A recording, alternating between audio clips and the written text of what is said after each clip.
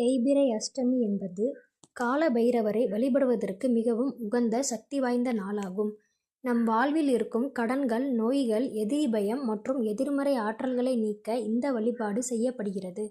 தேய்பிறை அஷ்டமி நாளில் பைரவரை எளிய முறையில் எவ்வாறு வழிபட வேண்டும் என்பதை பார்ப்போம். வழிபாட்டு முறை. நேரம்: தேய்பிறை அஷ்டமி திதி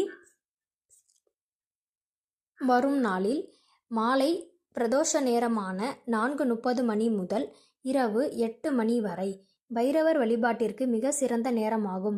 ஆடை: வழிபாட்டின் போது கருநீலம் அல்லது கருப்பு நிற ஆடைகளை தவிர்த்து தூய்மையான ஆடைகளை உடுத்திக் கொள்வது நல்லது.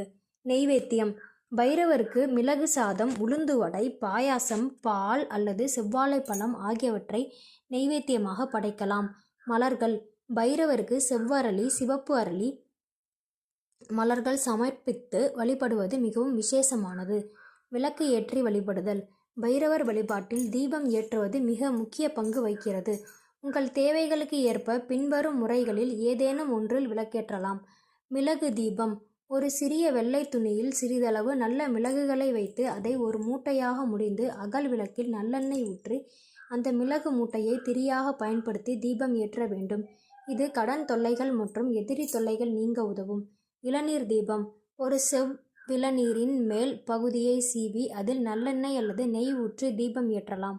பூசணிக்காய் தீபம்: பூசணிக்காயை 2ஆக பிளந்து விதைகளை நீக்கிவிட்டு அதனுள் எண்ணெய் ஊற்றி விளக்கேற்றலாம். இது கடுமையான தோஷங்களை நீக்கும்.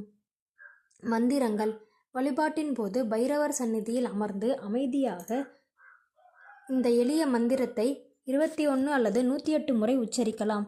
ஓம் கிரீம் கால பைரவாயே நமக. முக்கிய குறிப்பு: பைரவரை மனதார வேண்டி உங்களது கஷ்டங்கள் தீர பிரார்த்தனைகள் செய்த பிறகு சன்னதியை 8 முறை வலம் வர வேண்டும். பைரவரை வழிபட்ட பின்பு உடனடியாக வீட்டிற்கு திரும்ப வேண்டும். இடையில் வேறு எங்கும் செல்லக்கூடாது என்பது ஐதீகம்.